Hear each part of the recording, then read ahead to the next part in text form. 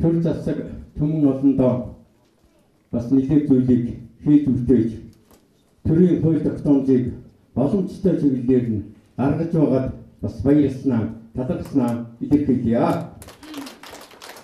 Гагцхүү төрийн хууль тогтоомж амьдрал дээр хэрэгжих нь баг, хяналт нь сул, иргэд хөдөлмөрчд нь нэг үлчиж хуультайгаа танилцаж чадахгүй, ухаарч чадахгүй байгаад харамсалтай байгаа шүү. Ийм учраас төрийн үеийн хуулийг хянах, шалгах тэр одоо тогтолцоог бүрдүүлж байгаа юм байна. Сая сонслоо. Энэ тогтолцоогоо бүрдүүлэхийг та бүхнээс бас цаашд хүсье.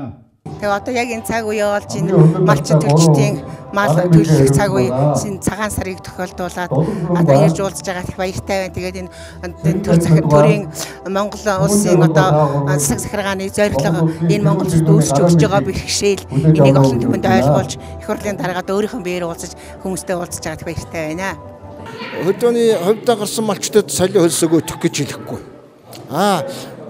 Юуг энэ улсууд одоо залуу үеийнхэн залуу одоо бид нар өөр хүүхэд болсон хойд үеийг залгамжилж байгаа залуу малчид ямар төрөөс ямар одоо анхаарал халамж тавьмаар юм бэ гэвэл миний бодлоор бол энэ нийгмийн даатгалын шимтгэлийн бас нэг жаахан харж үзээtul ямар байх вэ?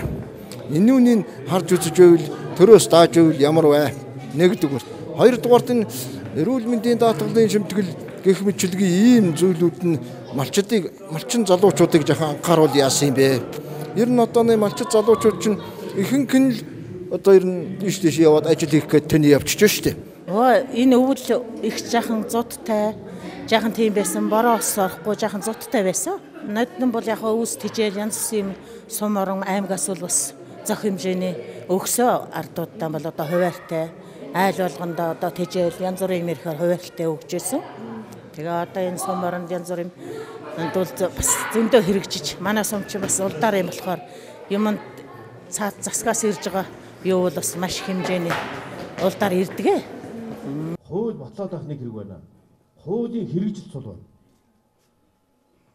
Хуулиа хэрэгжүүлэх явдал хангалтгүй гэсэн шүү дээ. Ийм учраас хуулийн хэрэгжилтийг хян шалгадаг тогтолцоог бий болгох зорилтыг 12 онд тавьсан. За энэний дагуу одоо 22 оноос улсын хурлын хян шалгалтын тухай хууль батлагдаж мөрдөгдөж эхэллээ. Ингээ 22 он бол өнгөрч байгаа он бол бүхэддээ улсын хурлын хян шалгалтын чиглэлийг шин шатанд гаргасан жил байлаа гэж хэлж болно. Ингэснээр нийт 25 хян шалгалтын ажлын хэсэг байгуулагдаж ажиллана. Хөгжлийн банкны асуудлаар, нүүрсний хулгай асуудлаар ажлын хэсгүүд байгуулагдав. Олон 10 удаагийн нээлттэй сонсголын зохион байгуулсан. 1992 онд манай экспортын 80% нь хөдөө аж ахуйн галтай түүхий бүтээгдэхүүн байсан. Аж үйлдвэрийн бүтээгдэхүүн байсан. Одоо дөнгөж 4% нь болсон. Одоо энийг сэргээх бол нэг өдөр ингээд сэргэчихгүй, аажмаар сэргэж байна. Ноолуурын өдөр гэхэд самнах хүчин чадал 100% боллоо. Ингэвэл манайх 300 сая долларын ноолуур түүхийгээр нь зардаг бол 5-600 сая доллар болж өгөх нэмэгдэх юм бэл. Зөвхөн самнаад гаргахад хоршоо хэлбэрээр байх юм уу? Орчин үеийн компани нэгдэл хэлбэрт орох юм уу? Ингэж энэ сувж явсан барнаас суусан шаалгаа дээр битчил ингэж энэ хөдөө аж ахуйн бүтээгдэхүүний боловсруулалт, анхан шатны боловсруулалт, за ашиг шимэнч нэмэгдүүлэх, чанарыг сайжруулах ажил хийвэл энэ дэлхийн зах зээл дээр хүрэх болцоо. Ноол өрхөд ихний жишээ.